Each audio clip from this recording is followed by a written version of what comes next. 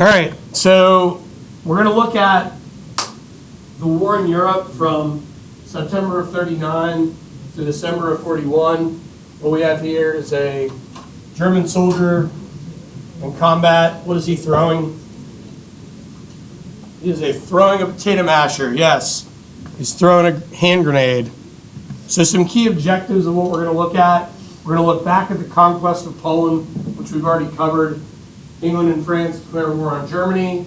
We're going to talk a little bit about the phony war that was a driving question. We are going to look at the tools of the Blitzkrieg, Hitler's invasion of Denmark, Norway, the Netherlands, Belgium, Luxembourg, and France, the miracle at Dunkirk, and we'll talk about the Battle of Britain and the start of the Battle of the Atlantic. The Battle of the Atlantic goes through the entire war, so we'll be covering that throughout. So just to take a look at a timeline here, in 39, Germany invades Poland on September 1st. On the 3rd, Britain and France declared war on Germany. On the 17th, the Soviets invaded Poland from the east.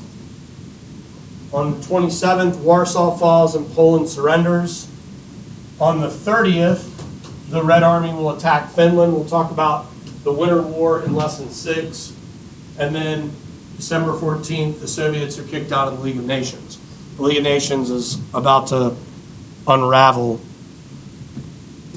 here at the start of the war. So we have the German invasion.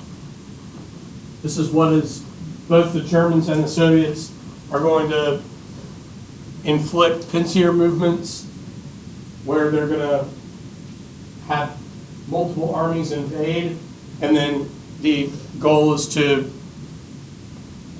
attack together and hit major cities like Warsaw. The Blitz is a little different than previous style warfare. The Blitz, basically you have your tanks, your planes, just fly in to bust holes in defenses, and then the infantry and artillery follow.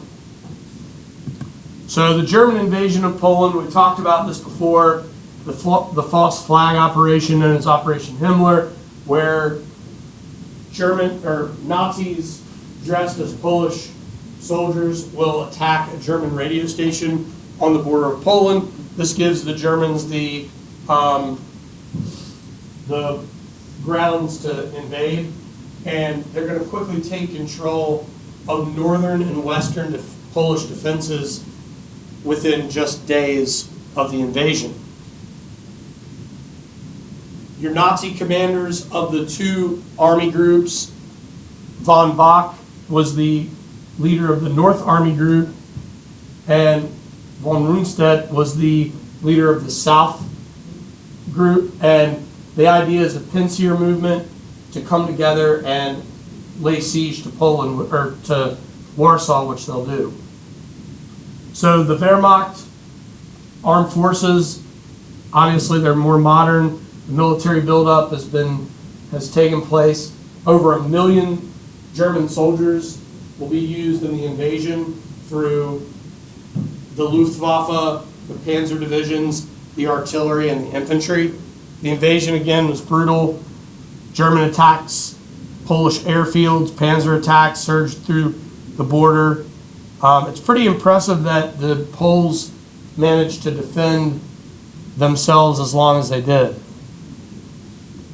nearly holding out an entire month against the invasion from the west. The Luftwaffe used the Stuka dive bomber. It's basically like flying artillery. And nearly 1 million Polish casualties, 3 million Polish Jews are going to be moved into ghettos and labor/concentration camps. So you can see like the difference in numbers here in military strength. Infantry divisions for the Germans, which were much larger than that of the Poles. The motorized divisions that were trucks and artillery armored vehicles versus 11 cavalry brigades that were still horse-drawn, and Polish cavalrymen that were on horseback. The Poles had they had tanks, but they had no formal tank division to 7 elite panzer divisions. 3,200 tanks versus 600. Keep in mind that the Poles, the French, the British, most of the European nations are still using tanks, how they used them in World War I, to provide support for infantry, not to lead assaults and be supported by infantry.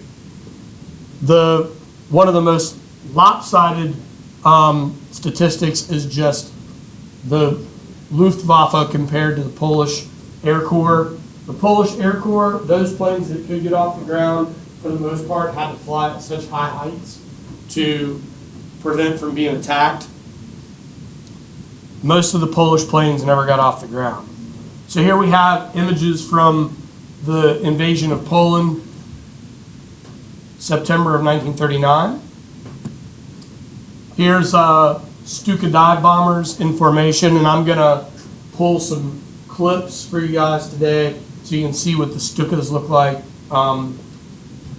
in action. So obviously, Britain and France formally declared war on Germany on September 3rd. Did we already listen to Neville Chamberlain's speech? Okay, that's what I thought. So then, moving on to the Soviet invasion, the Soviet Red Army will invade along the eastern borders. Same idea, Pensier movement from the east to try to lay siege to Warsaw. In the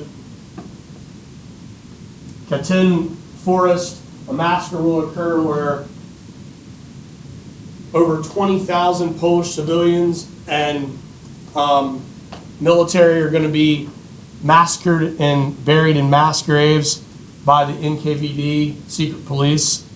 The Soviets are going to capture Polish soldiers, civilians, and a lot of those people, I don't know if you realize when Graham was talking about the Gulag and Lubyanka, he's talking about these prisons that they were moved to, but typically what they did is they moved them to Soviet prisons, and the prison cell was about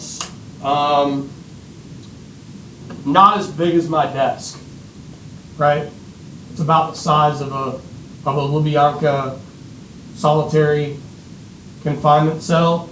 So what they would do is they would just have you standing up, or like you're sort of like crumpled up in a ball, and they would just hold you in there until you're willing to sign a confession that you were a traitor to the Red Army. And then once you signed your confession, whether you did so on your own accord or they drugged you and you signed it while you were incapacitated, or if you were passed out and they just took your hand and signed it for you, you would then either wind up in the Ural Mountain Range in a labor camp, or any form of labor camp would not be a great scenario, or you would be transported by rail to Siberia, and then you'd be marched at gunpoint to these labor camps in Siberia, building anything from skis to repairing radios. So any number of jobs could have been done in these labor camps, and hundreds of thousands of Poles wound up in these labor camps. More than 6 million Poles will die during World War II at the hands of Nazi Germany and the Soviets. So here we have a couple of images, one of which is quite disturbing. We have the Chicago Sunday Tribune, Reds invade Poland. Bottom left, this is the Soviet parade after the invasion of Poland. Can't remember the city. I'll have to look back at that city for you guys they're marching through. It's not Warsaw, it's a smaller city. And then this is an NKVD officer. This is how many of the NKVD treated their prisoners of war. Not to mention the fact that the Geneva Convention Accords are being broken really everywhere, in every campaign, on every front in the war, by all sides. I guess we could say that the Geneva Accords were a little bit more closely followed in Europe, but that was not the case early on in the war, especially between the Soviets and the Poles and the Germans and the Poles, and certainly not after the German invasion of the Soviet Union either. So Poland is partitioned on September 28, 1939, the day after the surrender. The United States refused to recognize the partition and kept diplomatic relations with the Polish General Sikorski and a number of other Polish defectors and soldiers that managed to make their way out will flee to Paris, and they will be in exile. They'll end up being absorbed into the British Army, but they serve in their own independent units. So, for example, the 1st Polish Independent Parachute Brigade was formed, and they're going to serve with the British 1st Airborne. So the Poles will continue to train and fight on in exile. Similar with the French we'll talk about here in a bit. So here's General Sikorski on the left, and there is the banner or insignia or the standard of the 1st Polish Airborne. And we'll talk about the 1st Polish Airborne when we get into Operation Market Garden. It's a large-scale airborne attack to try to regain control of Holland and the Rhine Valley. It is successful in regaining control of Holland, but it is not successful in taking control of the Rhine. So this is the partition line that is established on September 28th, 1939. And then what I've got here is just the industrial output that was taking place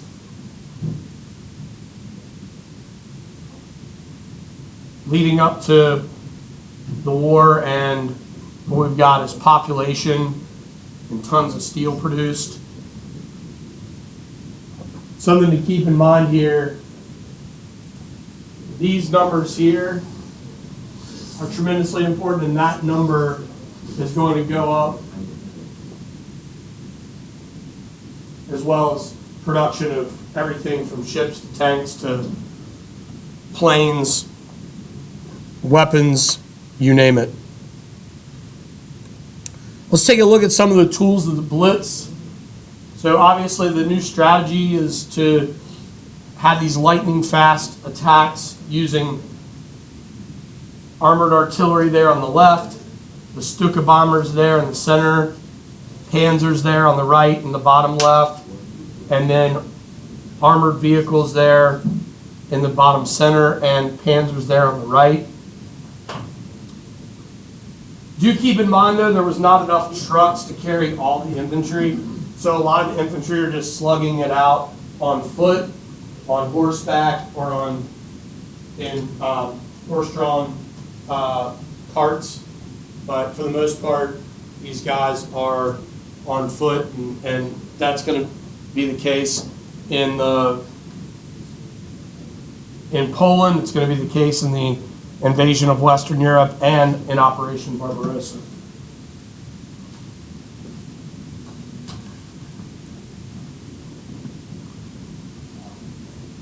So we've got motorized vehicles like we have here on the top left, and then the infantry is going to have to keep up with their tanks. So this was a bit of a logistical / strategic problem, because you'd have some tank commanders who were trying to bust through lines and get as far into the interior of an invasion as possible. Two people worth noting would be Heinz Guderian and Ernest Rommel, and they'd fly in to an area and the infantry couldn't keep up. So that was a issue that really continued throughout the first couple of years of the war. So just some of the common infantry weapons.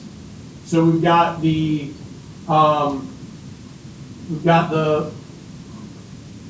MG-42, the MP-40. These are two rifles that were used by the Wehrmacht and the SS. The Walther P-38. That's like the predecessor of the Luger. So this was the most common sidearm used. We had the Model 42 grenade, the potato masher. We got a German soldier throwing a potato masher here. Donovan and I were talking about the problem with the potato masher, same issue that you had with the Ketchum grenade in the Civil War, where you throw this grenade, and if it doesn't land, if it lands stick first, you've just created a landmine for yourself.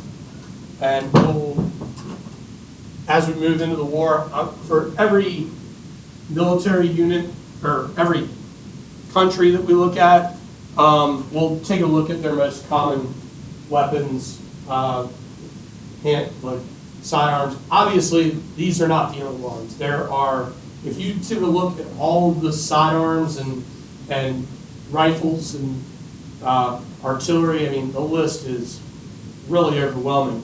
So what I want to do is just kind of pull the most widely used weapons during the war. Yeah. In Europe, they have a big problem with the explosives from World War II that are still on the ground. And like I think they recently, like used that there were like 500,000 people that were evacuated from Germany because they found a bomb that was left on the ground after World War II. Wow, that's pretty nuts. That is, yeah. That is an issue. There's also another issue too, and I'm sure you guys probably heard this story. A lot of guys manage to bring bombs back with them in different memorabilia, so to speak, or prizes of war. So collectors start buying this stuff, right? These guys, for the most part, they're like our World War II vets are passing away every day. They're up in their early to mid 90s or older, and a guy up in Percival, Virginia, outside of Leesburg, Virginia, he has like all this memorabilia, and the guy had a bomb that hadn't been diffused, and the thing blew up in his. It was like a World War II bomb that blew up in his memorabilia shop. Another interesting story, this guy came to Lexington from California. He's a World War II vet, showed up to the George C. Marshall Museum. He's driving like a Cadillac, popped open the trunk, pulls out this massive bomb from World War II, sits it on the front lawn at the Marshall Museum. He said, don't know what this is, don't know what the story is behind it, but thought you guys might want it for the museum. Well, they ended up having to bring in a bomb squad to check it all out. Turns out it was not, it had been diffused, but yeah. So the curators at VMI are like, we're good, we don't want any bombs. But you mean like a grenade? Or No, I'm talking about a legit bomb. This guy pulled a bomb out of the back of his, he was a vet, pulled it out of the back of his Cadillac, out of the trunk, and said, hey, didn't know what to do with this, thought you all might want it. This is pre 9/11, right? So different time. So you have to give ATF afterwards. You know, I doubt it. I'm sure they were like, this, we're not, I'm sure they weren't going to give the guy a hard time. But I think the shell of it is still at the Marshall Museum, or it's somewhere in Lexington. That's wild. Just casually hand over a bomb. Yeah. That's one of Yeah. those. So we've got our Panzers that are that really they're the German Panzers, the armored artillery, is going to be an improvement off of the British Mark IVs coming out of World War I. And remember that much like the Luftwaffe, the Panzers are built in secrecy, and the father of the Panzer formations, the mass formations and the movements, is Guderian. Panzer divisions were equipped with mobile artillery and assault guns, providing both direct and indirect fire on a mobile battery on the battlefield.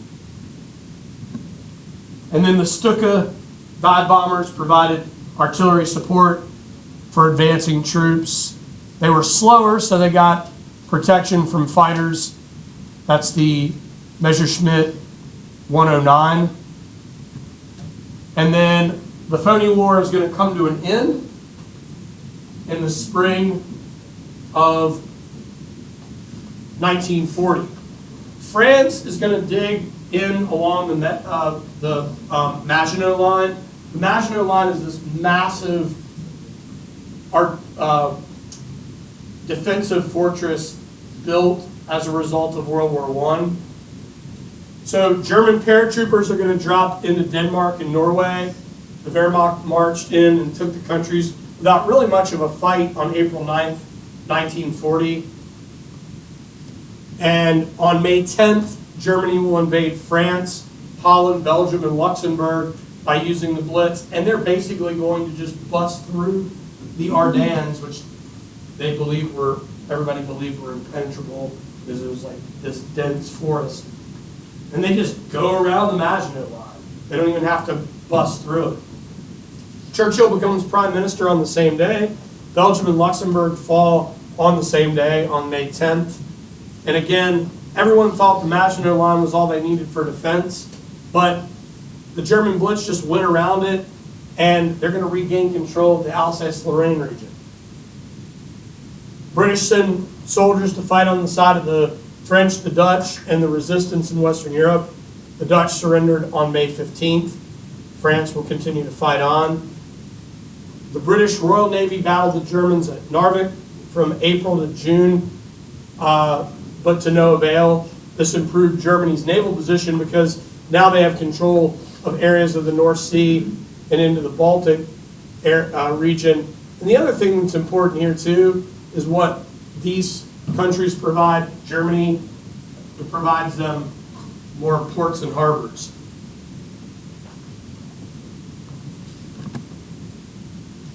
So we've got Norway, Denmark, the Netherlands, Belgium, Luxembourg, and France. All of these will be overrun within a month. France will hold out till the summer of 1940. This is the invasion. So if you're looking at the area where the Maginot Line is, it's basically right here. And what Germany will do is just go around the Maginot Line and begin the invasion.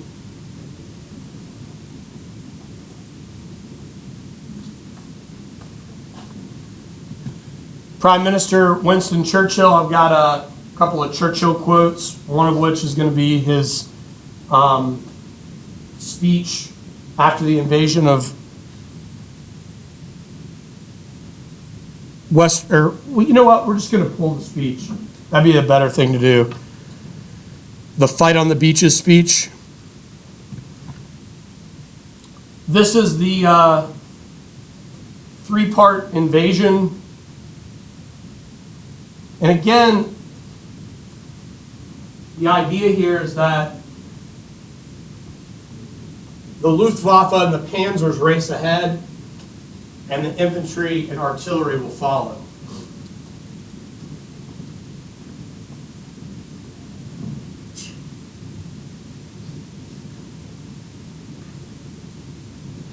All right, so let's talk a little bit about the Maginot and the Alpine lines, named for French Foreign Minister of Defense, André Maginot.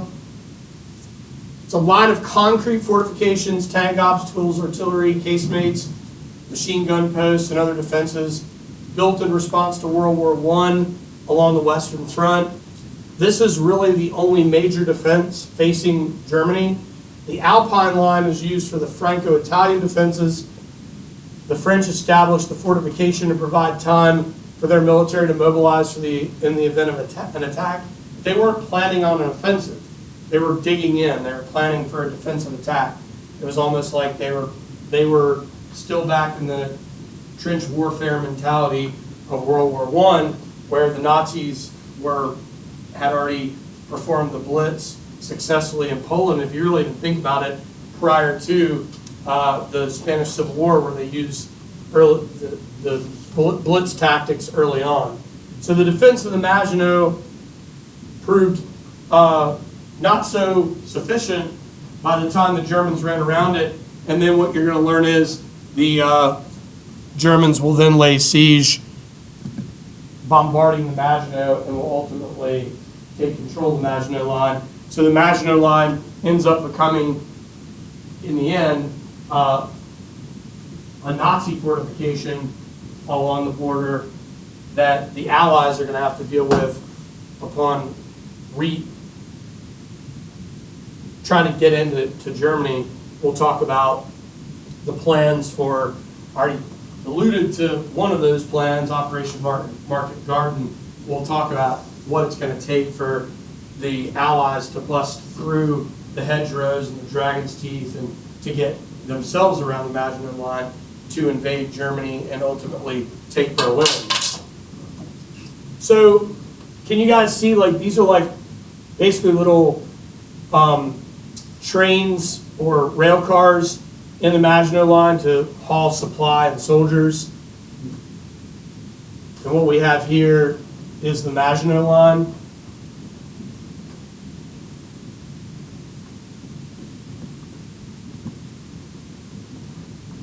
So you can see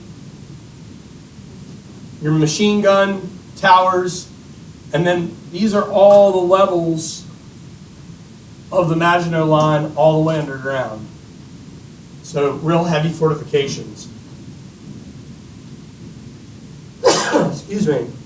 And you can see the walls of the Maginot Line, and these are machine gun bunkers.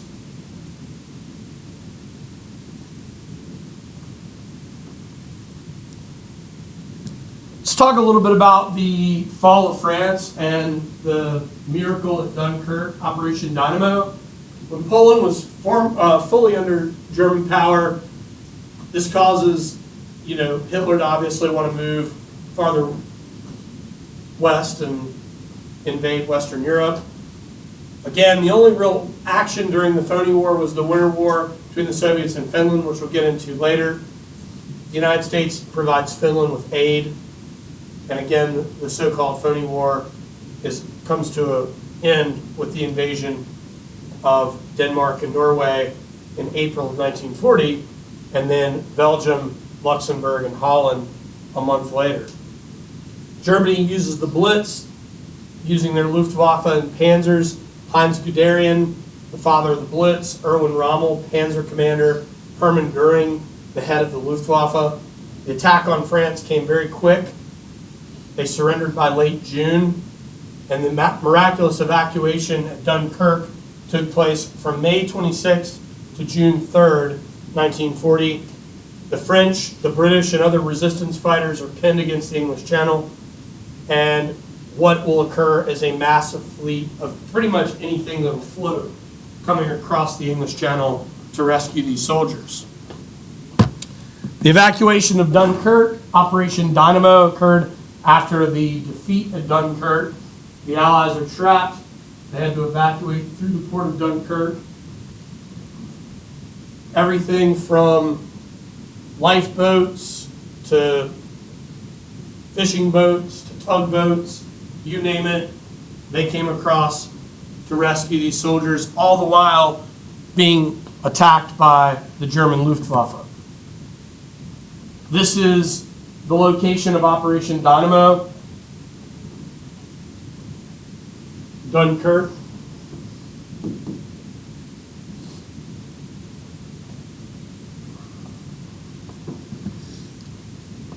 And the guys behind Operation Dynamo, Lord Gort and Admiral Ramsey, what they're going to do is they are going to send hundreds of ships over, and hundreds of thousands of soldiers will be saved as a result. After the Germans took Dunkirk, they would head south and take what was left of the French army. And what we have here is not all the soldiers got out of Dunkirk. These are Allied soldiers that became prisoners of war at the hands of the Nazis. And soon, the Nazis will control the Atlantic, or control the Atlantic coastline in France, and will begin building up the Atlantic coastal defenses that the Allies will be forced to invade on D-Day. Here, German soldiers entering Paris on June 14th, 1940. This is the parade that the Germans put on at Arc de Triomphe, and if they keep on marching, they wind up at the Louvre. This is the armistice signed on June 22nd, 1940. Take a look here. That's the same train car that the French forced the Germans to sign their surrender in at the end of World War I. Hitler, who's there in the center, he got on the train car, dropped off the orders, and left. Didn't even sit through the armistice. And then, as a show of force, bottom left there, the Nazis, the Wehrmacht will parade around the train car that was on display. Outside of, I'm trying to think of the name of the little town. It starts with a C. So this is the very same train car that the Germans surrendered in at the end of World War I. Hitler wanted them to surrender in this train car at the beginning of World War II. Yeah. So this is a tearful Parisian after the Nazi invasion of France. Bottom right here, we have the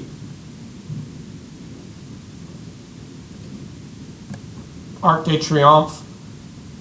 Hitler actually thought about tearing down the Eiffel Tower to use for war supply or use for material, but his advisors convinced him not to. This is the first and last time Hitler will visit Paris. June 23rd, 1940. Let's talk a little bit about the Free French. So France surrenders on June 22nd. The Free French will go into exile in England. They are led by General Charles de Gaulle, but they also will establish a resistance that will be backed by the British in France. So they're going to do everything from clandestine spy operations to destruction of rail lines, factories, munitions. This becomes known as the underground. They are the La Resistance is going to continue to fight against the existing Nazis and the French Vichy government that backed the Nazis. On the top left, de Gaulle. In the center, the flag of the Free French. Top right, bottom left, and bottom right, they're all fighters in the resistance. And then this is Pétain, Philippe Pétain. He was the leader of the Vichy French.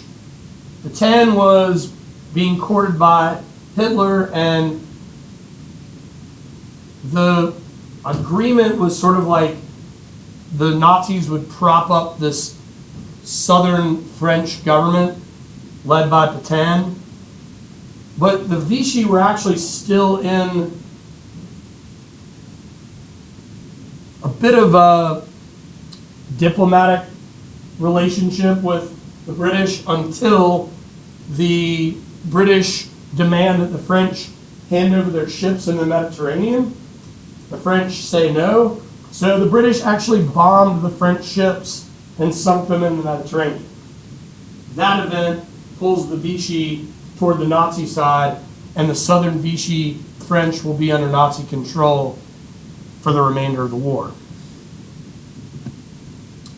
And this is the area of southern France that was known as Vichy French, or France. And we're actually going to talk about an attempt by the British to invade the South. Doesn't work out. We're also going to learn about here in the, well, I'll talk about them actually a little bit later, but are y'all familiar with the British Commandos? They're kind of like our Army Rangers. Well, the Commandos come about during this era to try to launch their own surprise attacks and clandestine operations, and some of their earlier attacks are going to be on Norway, and there's going to be a plan for the Commandos to move into Vichy France. It does not work out.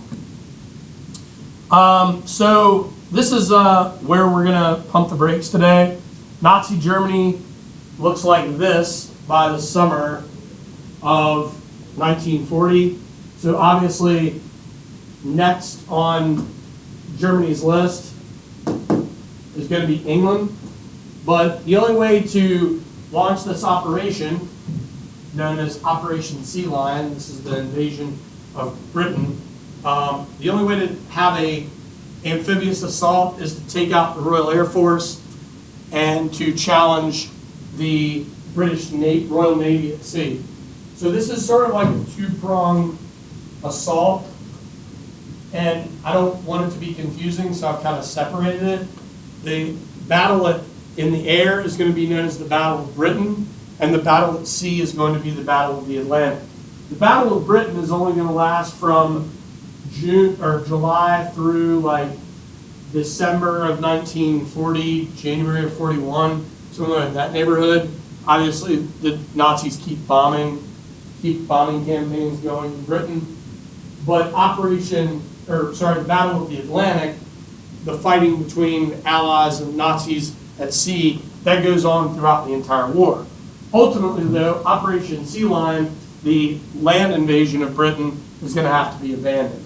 So that's what we're going to get into next class. And is there any questions you guys have? I have a question about the map.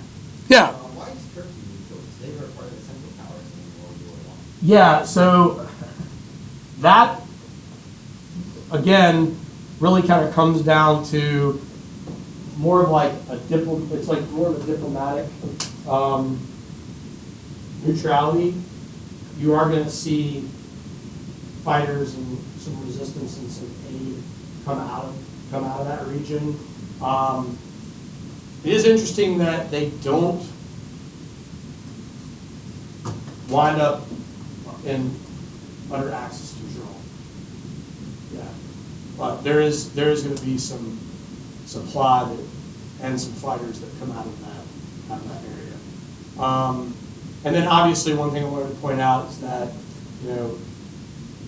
Nazis are not totally in control of Italy; they're allies with Italy. But what the Nazis are establishing is a defensive line in Italy at this period of time called the Gustav Line, and Gustav Line is going to be primarily controlled by the Nazi Wehrmacht. What we will talk about as well is we're going to look at, when we talk about the Soviet invasion, we're going to be talking about Nazi control in the Mediterranean as well.